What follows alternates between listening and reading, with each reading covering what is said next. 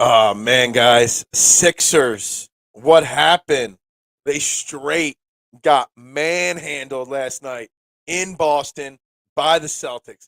I mean, damn, it was not good. We're going to talk about it this morning. What happened, why it happened, and how we can make sure it never happens again.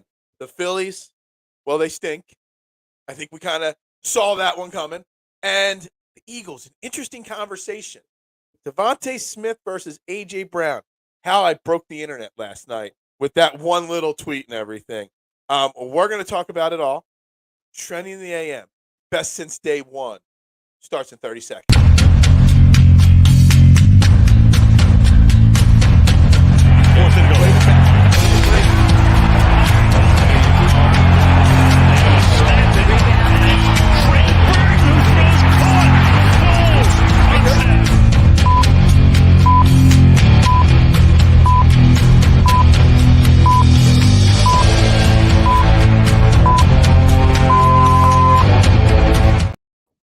What is up, everybody? Very good morning to you. Welcome to Trending in the AM, right here on Philadelphia Sports Network. Make sure you do me that favor. We're live on Facebook, Twitter, YouTube.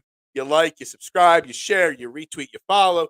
You know the drill. Just tell a friend, tell everyone about the best and the first daily morning show on YouTube here in the Philadelphia area, trying to take over the airways, your comments, everything. This is the most interactive show you will find where your comments dominate the show. Yes, we are going to get in. They got destroyed, wrecked, whatever you want to say. What is up, my man, Drew?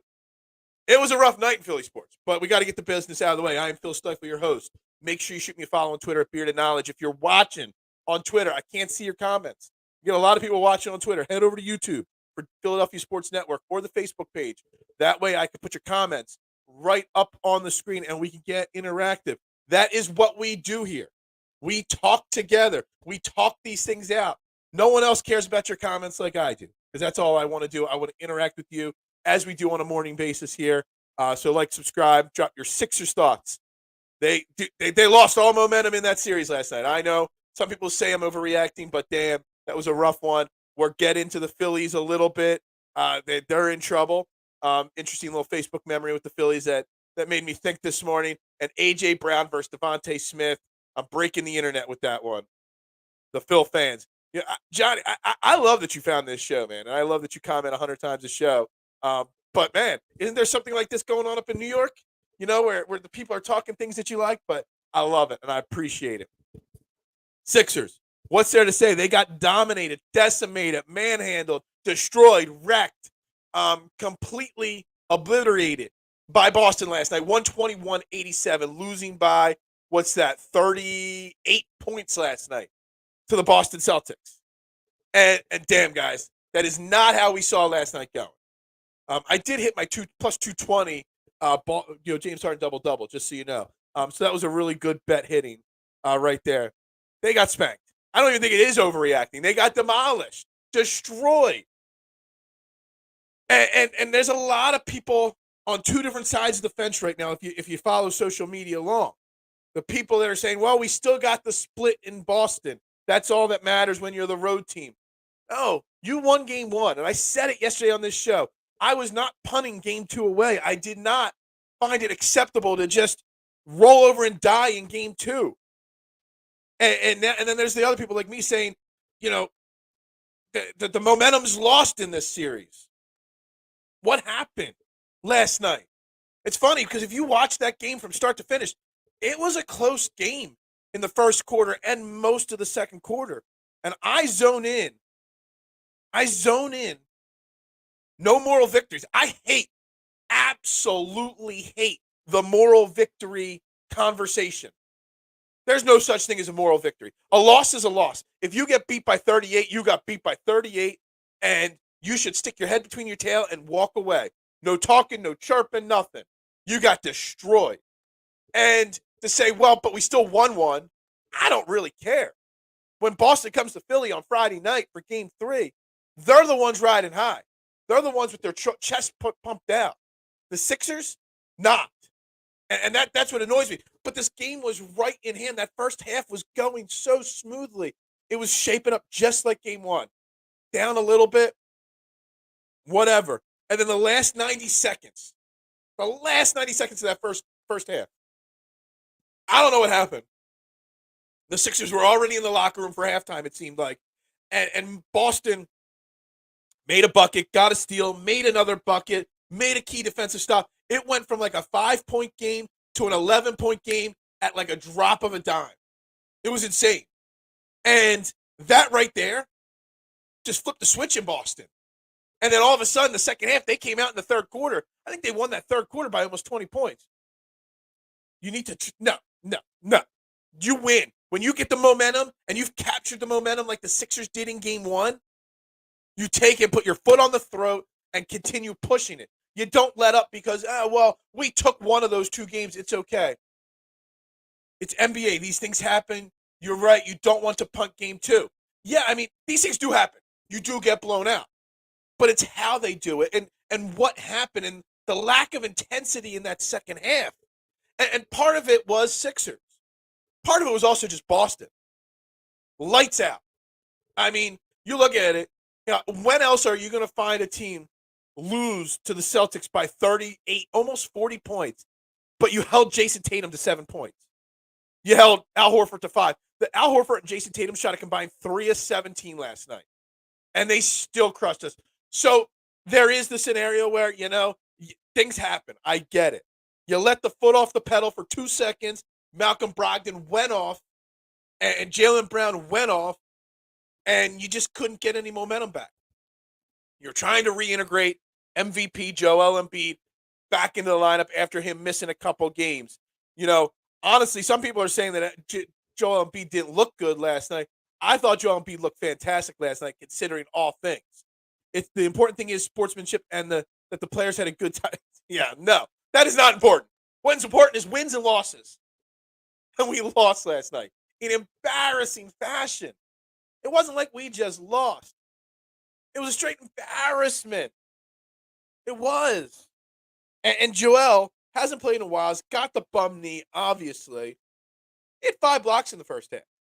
He made a couple good moves and dunks and shots. I thought, all things considered, Joel looked good.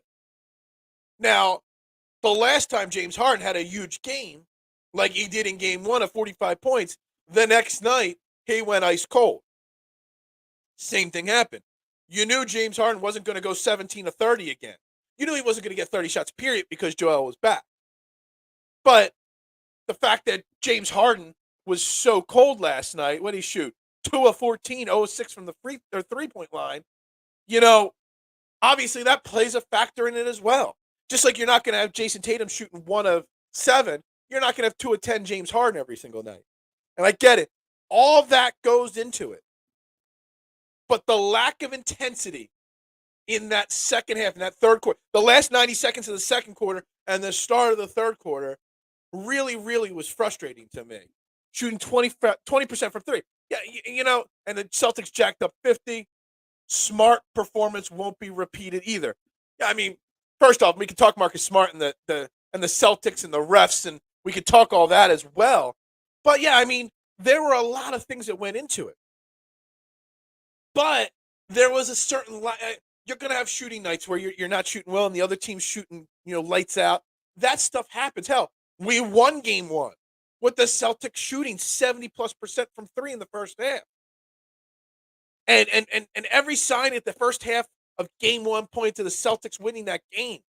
But they came out of the locker room in the second half with an intensity and a drive, the Sixers. They didn't have it last night. That third quarter was so disappointing. Like, look, I don't want to sound overreactionary. I don't, guys. But how can you not feel that the Celtics, even though they split at home, have all the momentum right now going into game 3? Not trying to sound negative, not trying to sound overreactionary. The goal in a playoff series is to split if you're the road team in the first 2 games. That is the goal. We accomplished that goal. But I feel so down and so out and so disappointed with the way that last 90 seconds of the first half went and that third quarter went that I wouldn't be surprised. Like, I went from thinking Celtics in 5 or 6, depending on what Joel played, after game one that I'm like, oh, maybe the Sixers got this at 6 or 7. Now I'm right back to it. This is the Celtics series to lose. Like, you would think splitting on the road would still put the Sixers in the forefront. But in my opinion, based off of last night, the confidence of that Boston Celtics team is through the roof. We had a hiccup in game one, but we showed them who was boss in game two. Now, tomorrow, we're going to have Sean Bernard. He's a great Sixers writer, podcaster, does stuff with Philadelphia Sports Network, Fox the Gambler, High Hopes. He's got so many things going on. Pick Swap Podcast Network. Great. He's been on this show before, and I'm going to have him on tomorrow morning for a little bit. I'm going to try to have him convince me I'm wrong here. But right now, the overreaction, the fact that they got blown out, the Phillies got swept, it's like it was an awful day for Philly sports. And maybe that's part of it. Maybe the Phillies won last night, didn't blow a 5-0 lead. Maybe I'd feel differently. If maybe they didn't lose by 38 last night, maybe I'd feel differently. If they didn't give me that glimmer of hope in game one, hell, if they would have gotten blown out in game one and blown out in game two, I would have been like, all right, whatever, without Joel Embiid, whatever. The Celtics are the better team, whatever. But that's not what the story is. The story is they whooped ass on game one. And then last night they came out as flat as can be. Now, how much of it is Joel Embiid's fault? The team actually, last night, first off, let's think about it. Last night was their first loss in a while. They had won 5, 6, 7 games in a row the Sixers had won, dating back to the regular season. So it was like early April. It's been a month since the Sixers have lost. So we haven't, as Sixers fans, felt this loss for a while. This feeling of losing in a while. But how much of it was Joel Embiid hadn't played in 2 games? It was only 2 games, but 2 very different styles of offenses with and without Joel Embiid. And trying to baby him, but also get him reintegrated at the same time. How much of the problems last night was that? Defensively, I don't think it was a problem. Because, 5 blocks in the first half is 5 blocks in the first half. You can see that he was affecting that game in the first half defensively very well.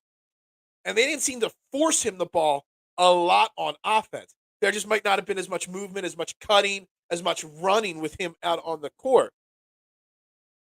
Yeah, someone took the Braves from you guys out of Buffalo. The Sabres, I hate the Sabres. I don't know, something about the Sabres. Who was their goalie like back in the 90s? They had a really good goalie. He used to always piss me off. Yeah, no boots to asses. And I used the boots to asses, Johnny, if you're a wrestling fan. But boots to asses was brought up. It was a phrase coined. Well, it might not have been the first person to do it, but it got made famous. The Rock used it when he feuded with my man, CM Punk, on the road to WrestleMania years and years ago. And I'm wearing my CM Punk shirt because of that this morning. Because they needed to put the boots to asses last night. They needed to. And they just didn't. It's not even like they tried. It was so ineffective last night. There was so much of a malaise to the team, especially in the second half. It was frustrating. The Dominator. Yes. What was his name? I can't remember his name. I'm a Flyers guy, but I remember the Dominator. Dominic Hasek? Was that his name? No. Hasek was Red Wings. My hockey knowledge is not up there with my basketball, football, and baseball knowledge, Johnny. Sorry.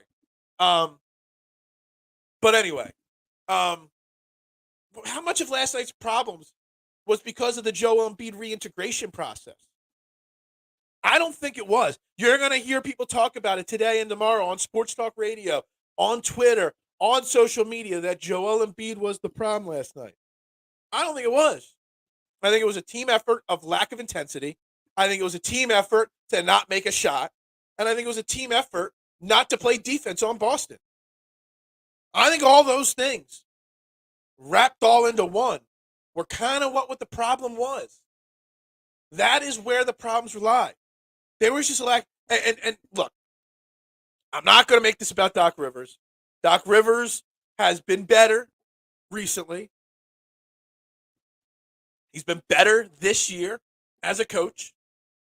But, man, you're telling me, they zoomed in on one of the timeout huddles where he was telling them, guys, come on, let's go. You're Dominic Hasek, gotcha, my man. Come on, you're letting them beat you to every point and everything. And you just didn't see any reaction from the team. No reaction. Team USA superstar Ryan Miller. I remember him as well. Why do I know so much about the freaking Buffalo Sabres? They stink. So do the Flyers. So that's why we don't talk Flyers on the show, because the Flyers are an absolute train wreck. And we think last night was a disaster for the Phillies and the Sixers. And the Flyers have been a disaster for a long time. But there's something there. Like, it's almost like when Doc Rivers spoke yesterday, the players didn't react to it. There were no adjustments made. I mean, let's go through this box score a little bit more detailed here and see what happened. Minutes are hard to talk about because obviously they played a lot of bench guys in the fourth quarter when the game was over and out of reach. But like I said, 2 of 14 for James Harden, not good. Tobias Harris had a solid game when he played. He shot 7 of 12, had some rebounds. Just no defense. Tyrese Maxey had another offshoot. Tyrese Maxey struggles against Boston, but at least he had some energy there. Your bench was terrible last night. McDaniels, Niang, Paul Reed had some good moments last night, but that was it. DeAnthony Melton did not have a strong game last night at all. He's your guy you rely on defensively.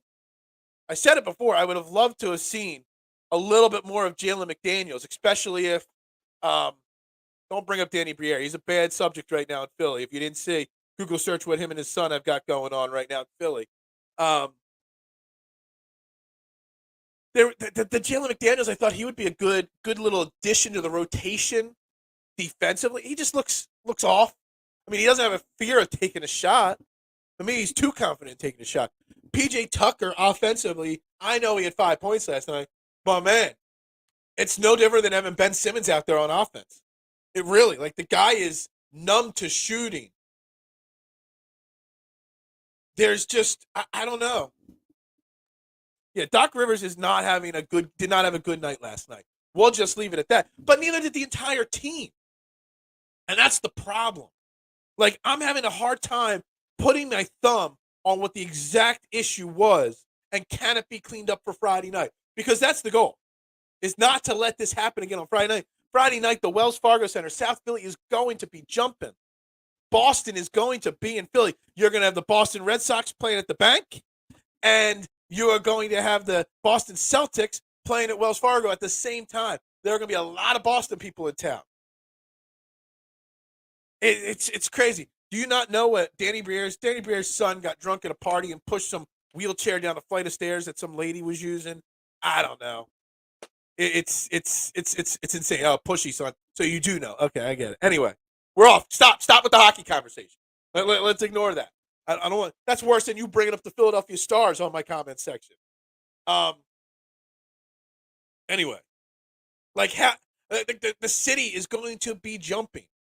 What went wrong last night that we can, single out and fix so that when the crowd is jumping at the Wells Fargo Center Friday night, when there's 20,000 fans screaming and you got 40,000 other fans screaming across the parking lot for the Phillies game, that we don't come out flat again? Was it simply just, they saw the momentum was swinging away from them in the game, and they're like, we don't got it tonight. Let's just save the energy? And if that's the case, if it's that loser mentality, that punt on the game, that schedule loss phrase, if that's what it is, we're in trouble. Because you can't have that kind of attitude in the playoffs. You can't just switch the energy back on. And I know that crowd's going to be jumping on Friday night, and I know that, that'll energize the players for a bit. But if you can't play defense, if you don't got each other's backs on the court, if your shots aren't falling, if you're not moving on offense to get open looks, you got trouble. I mean, we knew Joel Embiid wasn't going to put up another one of those 50 pieces like he did against Boston earlier this year. We knew that. But this team as a whole, I mean, I just look at this box score over and over again, and I watch the whole game, so I'm not box score serving. I just look at it. I'm just like, the fact that Jalen Springer played 10 minutes last night, the fact that 9 minutes were played by Shake Milton and 8 by House, we literally punted on this game in the fourth quarter, the entire fourth quarter. That's how bad it was last night. It's frustrating. It's unfortunate. It's sad. It's so frustrating that like I'm having my worst viewership of this show in the last month of this show. You know what I mean? Because everybody's tuned out on the Sixers after last night and the Phillies after last night. The energy has been zapped from this fan base after one game. And again, I'm in the overreaction side of things. There is the other side of the equation. You got the split in Boston. That's what before the series started, before Monday night, game one. If you would have said you're going to take one of the next two games, Joel is only going to play one of the next two games, and you're only going to take one of them, I would have said, thumbs up, I'm happy. But the way it plays out and the way it transpires can change your opinion on that. And my opinion was changed that the split wasn't good enough because of the way you had them up against the wall after game one. And now they got you up against. Now Boston comes back to Philly because they're 1-1 and because they smoked us in game two. Boston comes back to Philly. It's like, all we got to do is split in Philly and get back to Boston for game 5, 2-2. Because then we've got the home court advantage back. So that home court advantage, that winning game 1 and splitting, doesn't matter if we come out and get smoked in game 3 or game 4. Because now you need to take as Philly both game 3 and 4. Now it comes out that, you don't have the momentum, but you need that. There's something brewing in the water there. And Boston, like I said at the open show, their chests are pumped out. They're feeling themselves. They're happy. They feel they're untouchable. And honestly, there's 5 games left. They got to win 3. We've got the home court advantage at this moment. But all they got to do is win one more game. And they steal that home court advantage right back. It's frustrating. It's really, really frustrating the way last night went. And I feel very, very down on this team at this moment. I really do. And I don't think that, how do I say this the right way without sounding too negative, that this team, this not just this team, that the series is about to take, well, it did take last night, a very, very sharp Boston turn. And I'm not saying that those that say that they took the split and that's good enough, that's what you want, are wrong. Because hypothetically speaking, on paper, that's what you want. You want the split. But it's how you split them that tells the real story. And the real story is the Sixers got smoked last night. They got manhandled. They got crushed. They showed no life, no energy. They looked like a bad team last night. They looked like a team that celebrated Joel Embiid's MVP on Tuesday night too hard.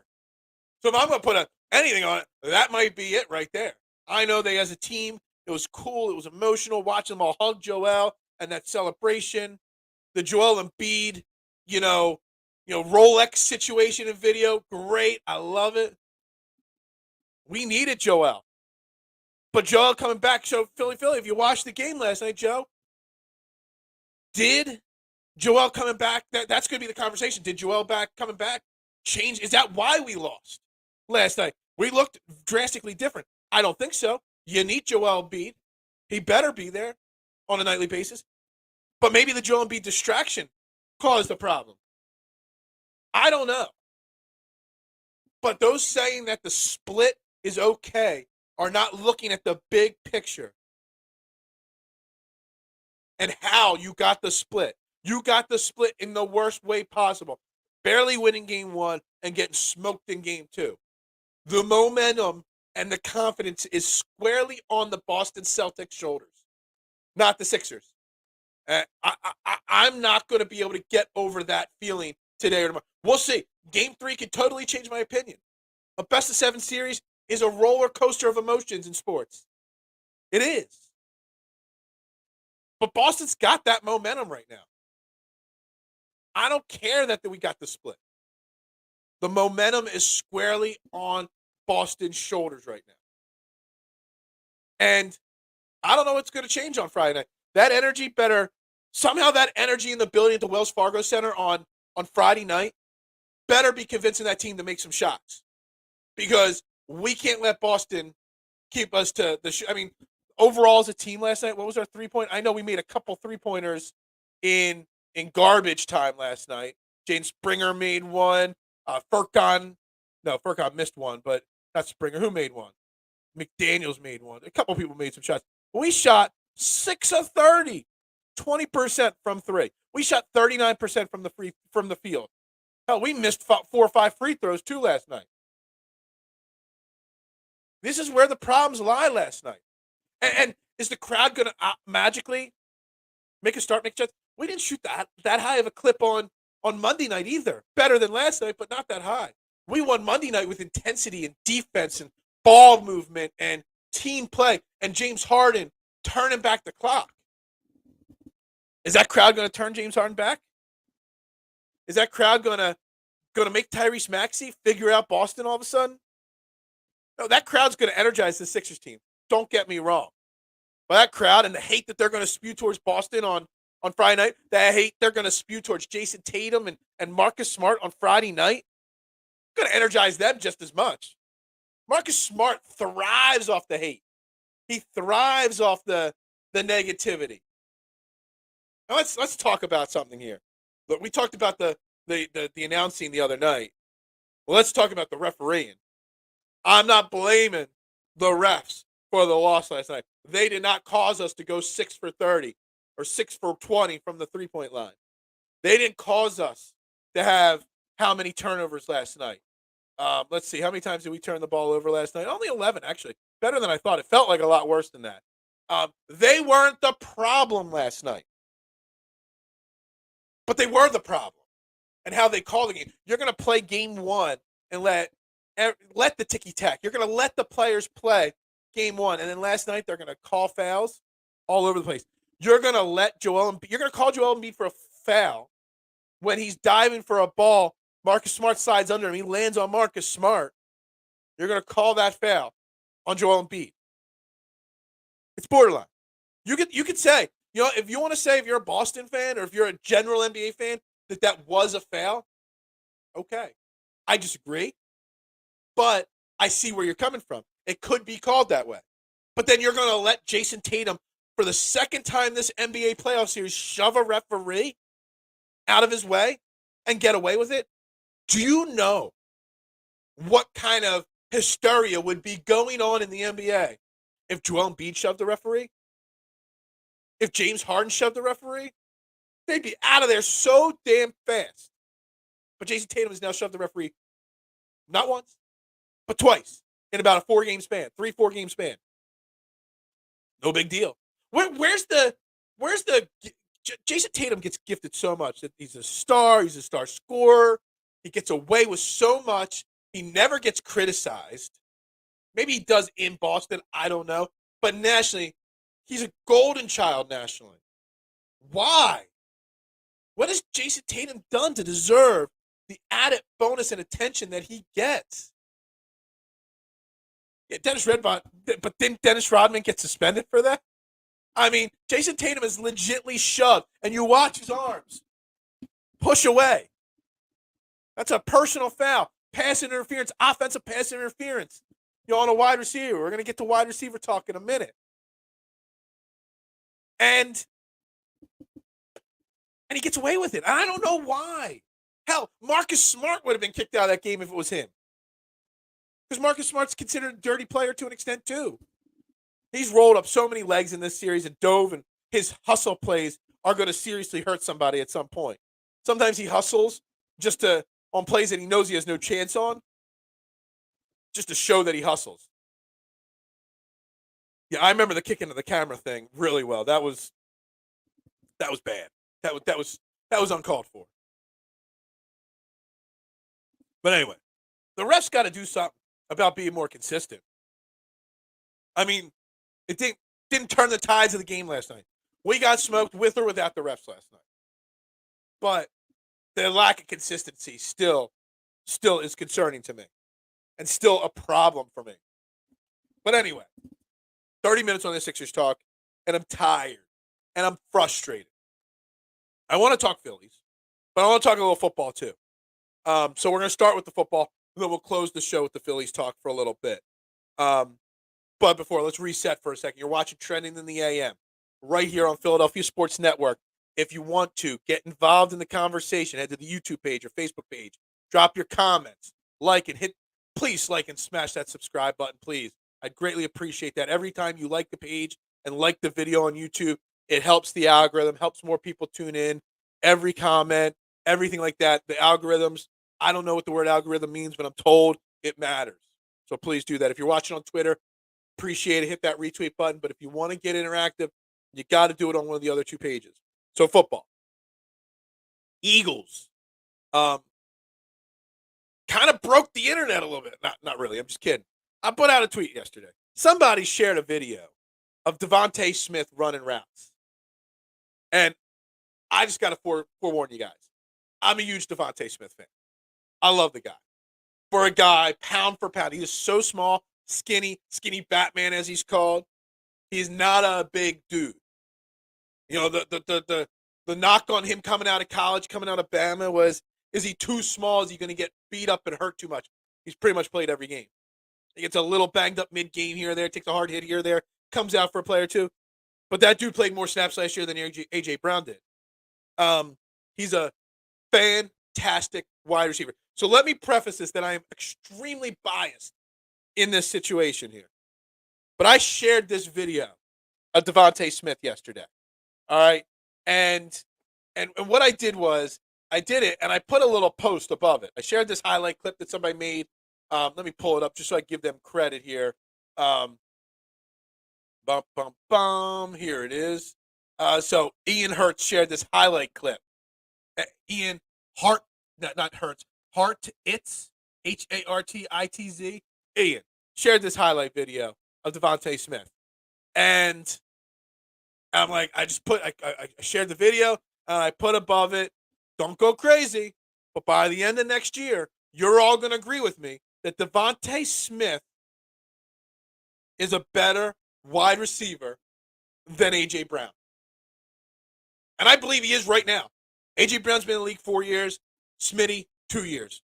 I know A.J. Brown is considered one of the 10 best wide receivers in football. I know that. I actually think Devonta Smith is a better receiver. And this has pissed so many people off. And I want to preface this by saying this is not a knock on A.J. Brown. It's not. I think A.J. Brown is a damn good wide receiver. If A.J. Brown is the 10th best wide receiver in football, then Devonta Smith is number 9 in my opinion. It's that close. But Devonta Smith, based off of his size and the fact he's been in the league for only 2 years. I mean, A.J. Brown is a massive behemoth. He's like that Terrell Owens, big-bodied wide receiver. He can out-muscle almost every cornerback in the NFL. Devonta Smith is like 4 feet tall and a $110 soaking wet. Devonta Smith, so some of the things that I think that Devonta Smith does better. I'll quote you. I mean, 159 catches, 12 touchdowns, and 2 years as a rookie. That's not bad. That's not bad at all. But A.J. Brown, he's so big-bodied and strong, he can let the ball come to him and out-muscle anybody for the ball. Devonta Smith, he high points the ball on passes so well. He runs to the ball and attacks the ball. There's something about attacking the ball when it's thrown to you, not waiting for the ball. A.J. Brown waits for the ball to get to him, which causes some pass breakups. Some passes defended, whatever that stat is. Devonta Smith attacks the ball, doesn't wait for it to get to him. He high points the ball so well. He runs actually better. A.J. Brown just runs deep or runs his route and just out-muscles the receiver. Devonta Smith runs crisp routes. Crisper than A.J. Brown does. Yeah, A.J. Brown has more touchdowns and more catches, but he's played more years. And again, I am not criticizing. Well, I'm going to criticize A.J. Brown in a second. But the initial point of it is I'm not criticizing A.J. Brown. A.J. Brown is a great wide receiver. I just like the details of what Devonta Smith does on every individual play more than A.J. Brown. The route running is just so crisp. The toe taps along the sideline, he masters them. Well, why do we need to see whether Olamide Zaccheaus is good? I mean, he's going to be your third, fourth wide receiver. And we'll get into the wide receiver and the slot wide receiver in a second. But am I crazy to say that Devonta Smith does these things better? And it makes him a better wide receiver. He might not make as many flashy plays. Well, actually, I think he does make more flashy plays than A.J. Brown. Because he makes those big leaping jumps over a cornerback, falling away, catching balls on the sideline. A.J. Brown is just stronger than everybody. And that's how he's so successful. And look, I know a lot of people I got a lot of people saying, why are we even comparing them? Because they're both on a team. Because it's fun. And I'm just trying to make a point that I am so high on Devonta Smith as a wide receiver that I think by the end of 2023, more people will see it. And then there's also something that I've hinted on. Ripped my earpiece out there.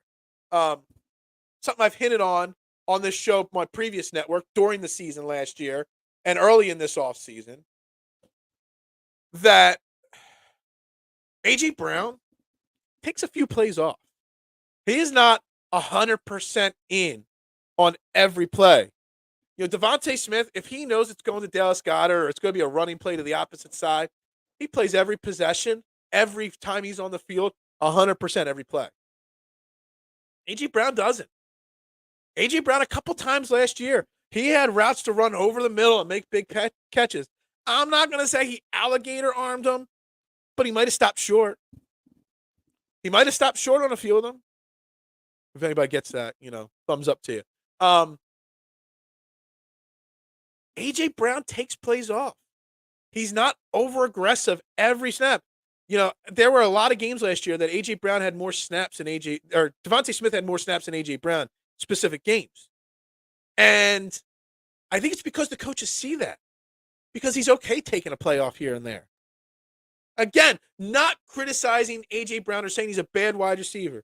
I'm just saying the whole complete package, when all is said and done, you're going to agree that Devonta Smith is the better wide receiver. There's also, deep down inside, I know me and GT have had this conversation before in private, that A.J. Brown's a diva. If things don't go A.J. Brown's way, A.J. Brown is much more likely to cause drama in that locker room than Devonta Smith. Devonta Smith is just this cool, calm, collected guy. Whatever's best for the team. A.J. Brown, he'll pull an Alshon Jeffrey and fracture a locker. I'm not saying he has. I'm not saying he will. I'm just saying he's got that diva mentality in him. He's got that for who, for what kind of mentality. When the dust settles, we will see, Johnny. But what I'm describing here on why, and this is the order of reasoning why I say this. It's the attacking of the football, going to the football and catching it versus waiting for the ball to come down. It's a very important trait to have as a wide receiver. High pointing balls for a guy his height, the way he high points balls is fantastic. That's number 2. And the 3, that he plays every possession 100% versus A.J. Brown, who takes a few plays off. And I said that once or twice last year mid-season during games when we were doing game recaps on Monday. I was bringing that up, and people were like, whatever. And then as the season went on, people started to see it. There's occasional moments where he just doesn't finish out routes. He won't dive the extra yard for a football. He just won't, he's just a diva wide receiver, and that's okay. The best wide receivers are divas. I get that. And to those saying, why are we having this conversation? We're having it because I want people to recognize how damn good Devonta Smith is. He is the best wide receiver on the Philadelphia Eagles. And there's literally zero doubt in my mind that I'm right on this.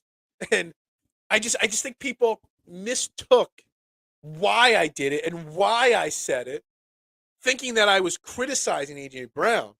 When I talk about him taking plays off, I am criticizing him a little bit there. Absolutely. When I'm calling him a diva, there's a smidge of criticism there. But the other traits that I think that A.J. Brown isn't as good as Devonta Smith as, it's not because A.J. Brown isn't a good high point of the football guy. It's just I think Devonta Smith is better at it. And I think pound for pound, you gotta look at the size comparison in these two. A.J. Brown's a behemoth. Devonta Smith, there's a reason they call him Skinny Batman. I mean, because he's a skinny Batman. I just think that Devonta Smith is the better all-around wide receiver. And I think everything that A.J. Look, I think it's fantastic. I mean, what other team in the NFL can say that they have 2 top 10 wide receivers on their roster? I think the Eagles do. I put Devonta, well, let's not say 2 top 10 wide receivers. Let's say 2 top 20 wide receivers in the NFL. There's 60-some starting wide receivers in the NFL. We got 2 of the top 20 on our team. And I'm still, I know it's an unpopular opinion, but I'm putting Devonta Smith in my book ahead of A.J. Brown. Now, A.J. Brown can come out this year, completely prove me wrong, have another big season just like he had last year. I mean, that Jalen Hurts to A.J. Brown connection is legit. There's no doubt about it. It's completely legit. They have a special connection. Their friendship goes back. I get it. But Devonta Smith has got a great connection with Jalen Hurts as well. And, you know, we're blessed to have them all. And it's crazy because we got A.J. Brown. There's a 2-year. Stephon Diggs is not the best wide receiver in football. If anything, and you're going to blast me for this, Johnny, I think Stephon Diggs is the most overrated wide receiver in the NFL. He's a really good wide receiver. He's a top 10 wide receiver. But there's too many people that put him in that 1, 2, 3 category in their list. And I don't know if you're being serious by saying that or just fan by saying that. But in no way, shape, or form is Stephon Diggs in my top 5. He's in that 6 to 8 category. And I think people overrate him in that 1, 2, 3 category. You can make a statement that maybe he's 4th or 5th, but Justin Jefferson, better, without a shadow of a doubt. Jamar Chase, better, in my opinion. Tyreek Hill, still a little bit better, in my opinion. Hey, thanks for checking in, my man. Yeah, we can get back to the Celtics if you want to for this game last night. Boots to asses. Just didn't think we were going to get punted by the Celtics. Yeah, I said don't punt the game away, but the Celtics literally kicked us from 50 yards away through the uprights last night. You know, yeah, Jefferson is definitely the best wide receiver. We've moved on, Lynch. If you want to talk more Sixers, we can continue the Sixers conversation. You're jumping in late here. We moved on to this breaking of the internet that I did yesterday by saying Devonta Smith is greater than A.J. Brown. There's reasons. But the Sixers, like you said, I said it, boots to asses. We need it. Foot on throat. It just didn't happen. But for not rocket fast, only 6. Oh, again, see this me saying he's overrated would break the internet just like me breaking the internet saying Smith is better than Brown. It's not because I'm criticizing the guy. I mean, I would put Stephon Diggs over both Eagles wide receivers. He's damn good. But there are a lot of people that put Stephon Diggs in that 1, 2, 3, 1, 2, 3 category. And I just don't think he's there. I would put him in that 5, 6, 7, 8 category. Yeah, Twitter is back up. I really did not legitly break Twitter, but I did have close to 20,000, interactions on this post I made.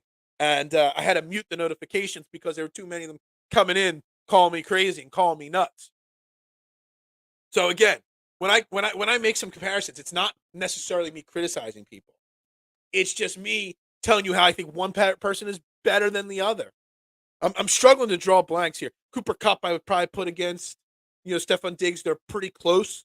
One would be 4, one would be 5, probably. So again, I'm not saying Diggs is bad. Diggs doesn't have any other help on that team. I mean, their wide receiver group isn't the greatest. Dawson Knox, slightly over tight end, and Josh Allen, maybe a smidge overrated as a quarterback. Still great.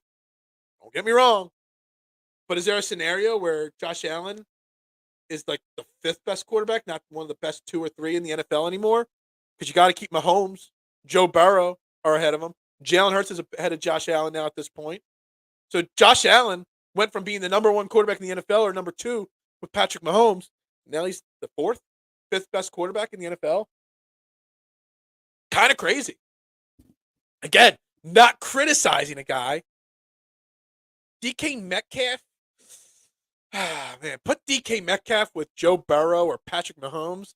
I would love to see. DK Metcalf might be the best wide receiver in football if he didn't have, beat up, Russell Wilson 2 years ago, and last year having Geno Smith, who Geno Smith had a great season last year, but DK Metcalf is a super talent. He's right in that 4 to 7 range too. I put DK Metcalf ahead of AJ Brown and Devonta Smith.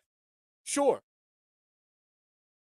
But again, you got to take the whole situation into account as well.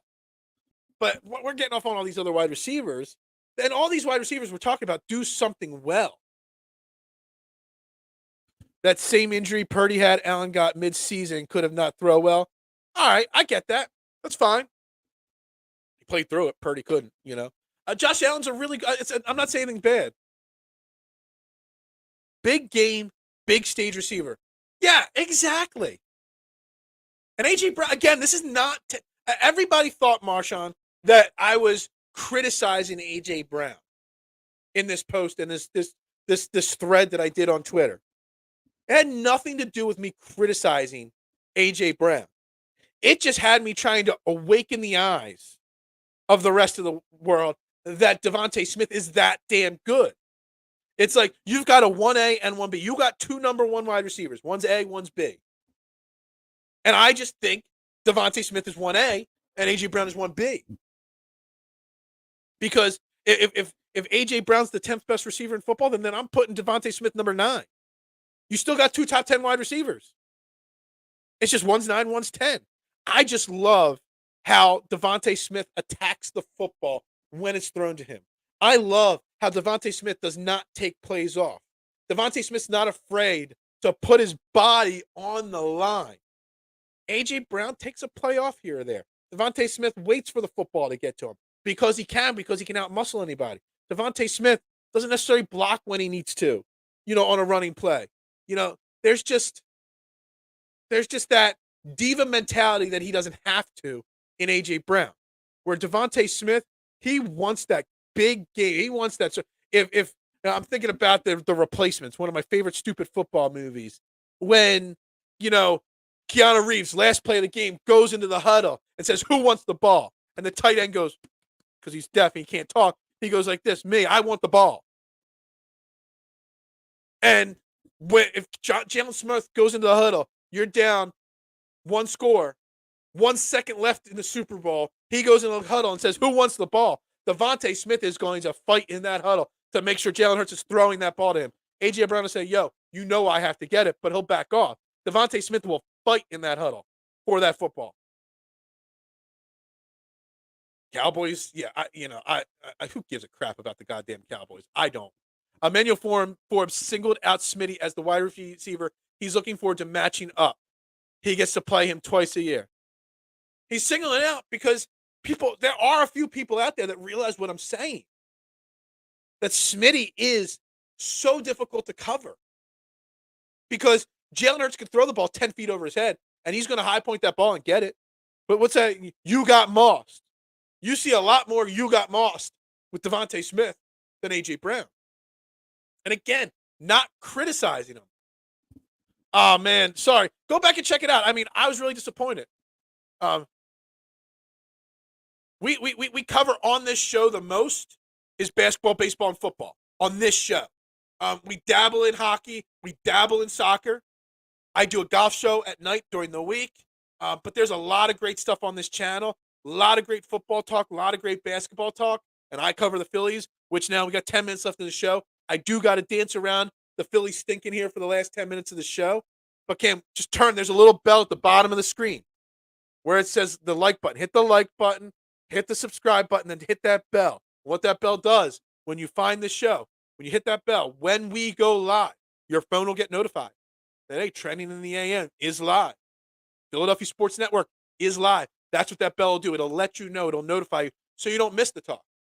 We had a pretty heated Sixers conversation for the first 30 minutes of this show and another really fun 20. We're going to pick up this Devonta Smith, A.J. Brown conversation more this offseason because I'm going to want to, the offseason, once the summer gets here, it'll get It'll get boring because we'll just be talking Phillies every day. Basketball will be over. Hockey will be over. We're waiting for football to start. Once football season starts, it's every day. It's Eagles on here, man. It's Monday recap, Friday preview, in the week, talking about whatever's happening on the team. But we got to talk Phillies for 6 or 7 minutes. I do have a poll running on my Twitter page. Most important position the Eagles need: safety, linebacker, slot receiver, or other. There's over 500 votes so far. Go over their vote. We're going to dabble in that conversation a little bit tomorrow. But we got to talk Phillies a little bit because the Phillies, disappointed again. I'm just switching my screen right now, my backup screen, to the box score from yesterday, from the Sixers box score. They get beat 10-6 by the Dodgers, get swept by the Dodgers. They're on a 4-game losing streak. And let me tell you something. One of my favorite things to do when I first wake up in the morning, other than turn my alarm off, is check my Facebook memories. Yeah, I'm bigger on Twitter now, but before Twitter, I am on Facebook. I'm an old person. Old people are on Facebook. I love checking my Facebook memories. What did I talk about this day in previous years? And now as a content creator, as a YouTuber, I share these shows on my Facebook page all the time. So what this show was last year, or what this show was 2 years ago. We've been doing this show for like 18 months now. Just only a month and a half now on Philadelphia Sports Network. What the topic of the show was last year was talking about the Sixers losing the first game of a playoff series. And is it time to fire Joe Girardi? Because I was pounding the table to fire Joe Girardi before last season. And every week, that's all I talked about was Joe Girardi does not have the pulse on this team. And here we are this year. We're 15-17. We have now had 4 losing streaks of 3 or 4 games already this year. We've had a couple 3-game winning streaks as well. Well, I appreciate you, Cam. I appreciate you checking in. And if you ever have a topic that you want me to talk about, just put it in the comments live on the show. We'll get into it. Johnny wants me to talk, USFL football. I watched 3 minutes of the Maulers versus the Stars last weekend, and I literally wanted to run away and burn my TV. It was so bad. Philly, see, the thing is, and I don't like talking negative. I like to call it constructive criticism and being open-minded to both sides of the table. And right now, I know a lot of people call me a Rob Thompson hater. And I know Rob Thompson's going to be the coach of this team the entire season for the Phillies. And I know getting this team to the World Series last year gets him that freedom to be the coach this year. But let me tell you something. At the end of this season, Phillies fans are going to realize what I say, and that Rob Thompson is not a good manager. He's not.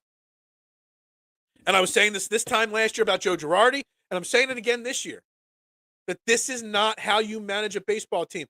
Kyle Schwarber in the leadoff spot. Again, it is not what you do. This team has been, I think a lot of the problems this year has been some bad luck, because I say this team wasn't well built. This team has a pitching issue on this team, starting and bullpen. But the starting pitching problem, they built a good starting rotation with Aaron Nolan, Zach Wheeler, Ranger Suarez, Taijuan Walker. Taijuan Walker's hurt, probably. Ranger Suarez hasn't pitched yet this year. Nola and Wheeler have not been as good as supposed to be this year. Andrew Painter, your young prospect, is already hurt before he pitches in his first game. That's some damn bad luck there. The bullpen has been inconsistent. Alvarado's been great. He got rocked a little bit yesterday. Soto's been up and down. Craig Kimbrell is not the 15-year-ago Craig Kimbrell, the Hall of Fame closer anymore. There's just issues. There's management issues. Yesterday, they pitched Alvarado in the 8th because of all the lefties, and it didn't work out. Dominguez, I know Dominguez didn't give up a run personally yesterday, but he did give up one of the runs that, one of the inherited runners that he had on base from Aaron Nola did score. And I hate that. I think there needs to be a new stat that's on the box score, inherited runners that score, because, that's a problem. But Dominguez, the ball was hit so hard against him yesterday. We got some serious Phillies issues. Serious. And, when you have an inconsistent offense like the Phillies do, you think bringing Bryce Harper back. I got crushed for saying Bryce Harper should go to a rehab assignment. He looked awful in his first game, so he should have gone for a 1-game rehab assignment. And then yesterday, Bryce Harper goes out there and goes, 3 for 3 with 2 walks. So he got on base all 5 plate appearances yesterday, had a double, 2 singles, 2 runs scored. I mean, what else? The guy could barely move his arm, and he's out there. But yet, the rest of the Phillies offense still 0 for 5 for Kyle Schwarber in that leadoff spot again yesterday. Bryson Stott, you move him down. He's one of your best contact hitters. He's in your 5-hole. It's stupid. Sosa, Marsh, these guys. Castellanos is playing so well right now. You're wasting it. It's like if the hitting last night, you had 10 hits, 6 runs, and it wasn't enough because your pitching blew it last night. And then other nights, the Phillies offense goes stone cold, and your pitching still blows it. You need so much pitching out. And I don't know if there's an answer. You pretty much got to ride the wave.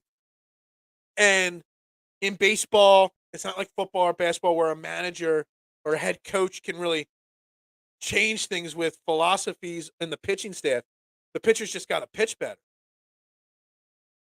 But Dave Dombrowski's going to have some tough decisions to make. If Taijuan Walker's hurt, you can't keep rolling out there with Strahm and Falter every week. I mean, Strahm's done well, but he's supposed to be in your bullpen. Your bullpen is struggling. Falter is starting now as the book gets bigger on Falter. He's coming. He had a 3.86 ERA, but he's coming back down last year. But he's coming back down to earth this year. Is Aaron Nola just going to be an adequate pitcher and not an ace this year? Zach Wheeler, I don't know what to do with Zach Wheeler. He's pitched well his last couple of outings, but not full ace Zach Wheeler yet. I don't know what to do. You need these pitchers to start going 7-8 innings so this bullpen can get a chance to catch their breath. And nobody in our rotation can do that. I don't know. The Phillies have a serious issue. They get the day off today. It's great. I said this 14-game stretch, they need it to be 6-8, 7-7. Yes, they're 4-5, I think, now in it. Yeah, they're 4-5 in this stretch right now. So they had some good games and some bad games. But it's the same thing as last year. I'm questioning the manager last year. I'm questioning the manager this year. Last year, lots of big win streaks and big losing streaks.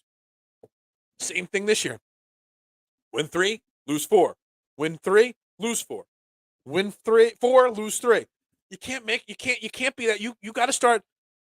You got to start stacking wins. You need a 7-game winning streak followed by a 1 loss, a 5-game winning streak followed by 1 loss.